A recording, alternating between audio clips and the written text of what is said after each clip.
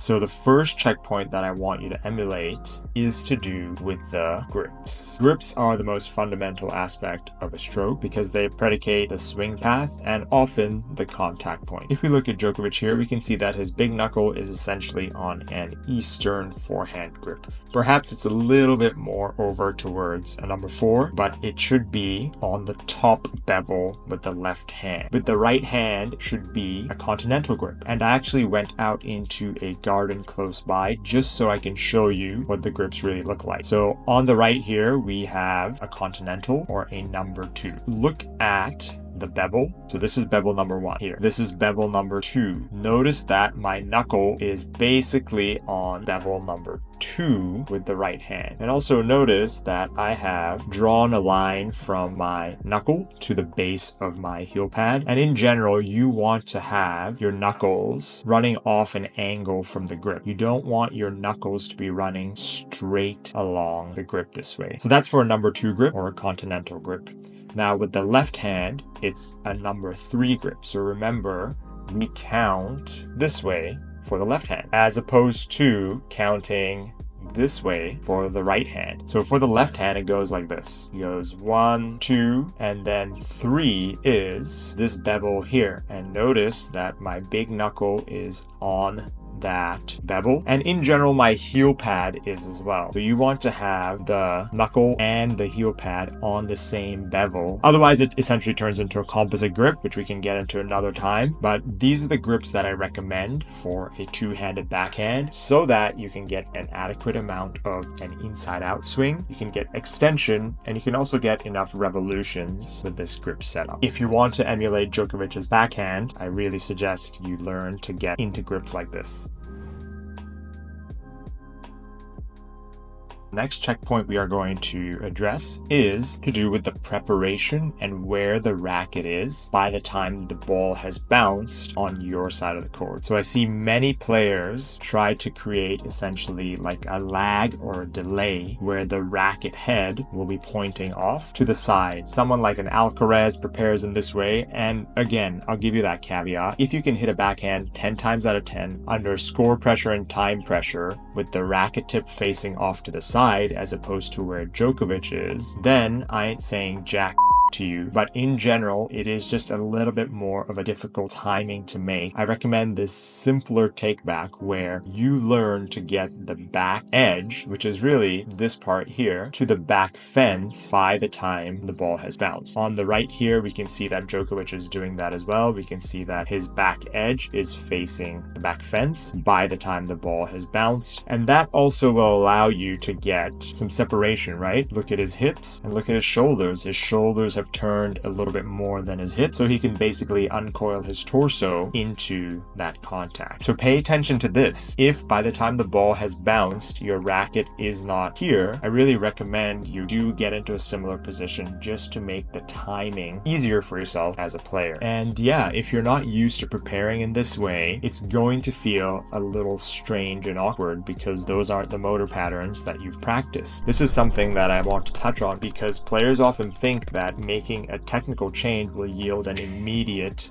result. That's really not how it works. You need to really work away on changing your motor patterns. That's what your strokes are if you want to improve them. And part of that is they're going to regress a little bit when you're making changes to them.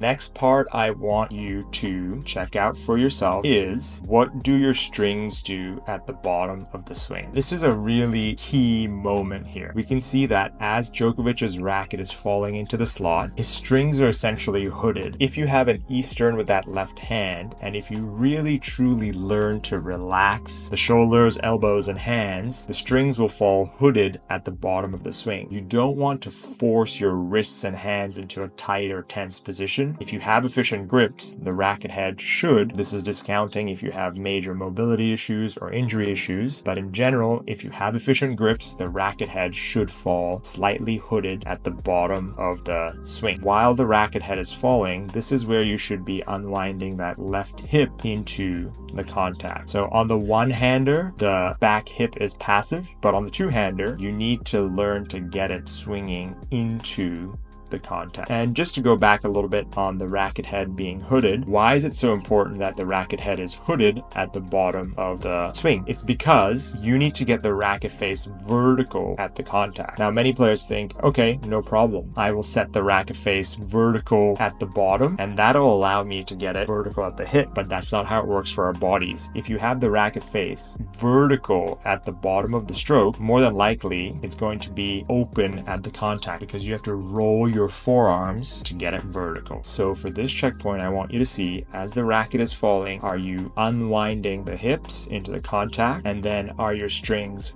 hooded facing the ground slightly. Hey, if you're still watching, I would really appreciate it if you could subscribe. It does help a new channel grow. Okay, back to the video.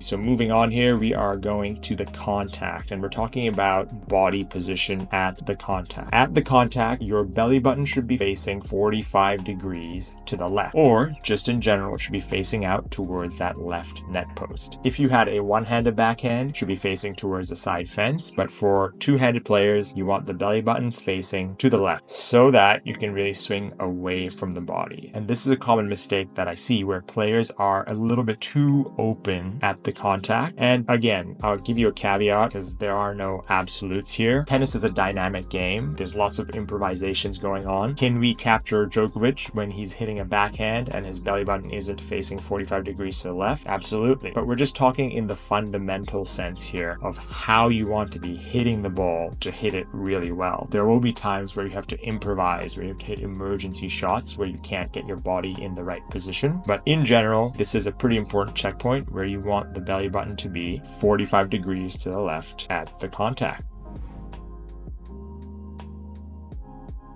Okay, we're moving on to our last checkpoint here, and that is the extension, and from Vic Braden, air the armpits. So you want to finish with lots of space underneath your right armpit and also your left armpit. Oftentimes I see players really fold across their body a little bit too soon, where essentially they're almost doing bicep curls or similar movements, but you want to extend outwards with the racket head. So if we look at Djokovic's racket head, we can see that it has gone outwards towards the target. And then as the arms cannot go any further, they end up lifting. So pay attention to this when you're filming yourself. It is a pretty crucial checkpoint for the contact and before and after as well with how you're finishing here. An added note here, you want to be pretty relaxed up here. You shouldn't be holding a lot of tension and tightness in your body when you're trying to finish this way, but you do need to extend and you do need to air the armpits. So there you go, everyone. Just quality fundamentals for Novak Djokovic, which has allowed him to hit that backhand so well for so long. Compare yourself, film yourself from behind or from the side, see if you're hitting these checkpoints. If you want to work with me, there is a free 30-minute discovery lesson where we can see if we'd be a good fit for each other. Thanks so much for watching. Hope you all enjoyed it and found it valuable, and I hope to see you all soon.